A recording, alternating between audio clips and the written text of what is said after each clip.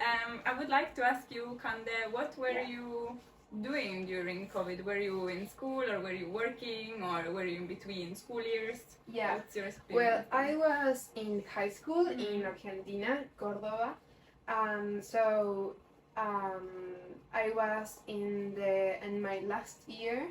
So yes, I was studying, and no, well, when it first started, I was in the fifth year, and we had like till sixth year. So that first year of COVID, we have like online classes, but I can't recall like having learned anything like. But it was good because I woke up in the morning and I had something to do. And then in my last year, we went back to like the building, but we were like really far apart, so classes weren't the same at all. Recess was like nothing. We were like sitting on the desk, and we could talk a little bit, but nothing more. I was really lucky because I could have like online classes, but not everyone like did. So yeah, that was was what I was doing. And you? I was wondering, you had an exams after the sixth year, right? So did they change the exam format because of the COVID rules? Because I know that they did that in Italy, for example. They had to take it online. In Argentina, we don't have like, we had exams like every month, like depending on the subject. So we didn't have to postpone any big like exam. So yeah, that's good. Yeah, you stayed on track. Yeah. Yeah. And you? What were you doing? I was working for 10,000 when COVID came, and I didn't start my master yet then, so I was mostly working and studying Norwegian by myself and through online courses. So what we were doing then for the gallery, I think, was a lot of research. So we were writing papers and researching and participating like in conferences, online, of course.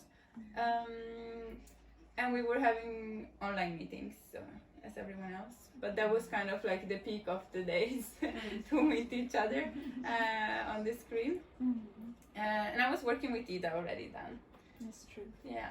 And we got how to say, because the world was changing very suddenly, we got really, in a way, crazy. We called it crazy ideas, and not that they were so crazy, but extremely different to what we had planned, right? So that's where this research came from, and to look into other topics than what we had done before. And it was with this in the back of our mind that, okay, almost like a doomsday feeling, you know, like that the world is ending, and it changes a little bit.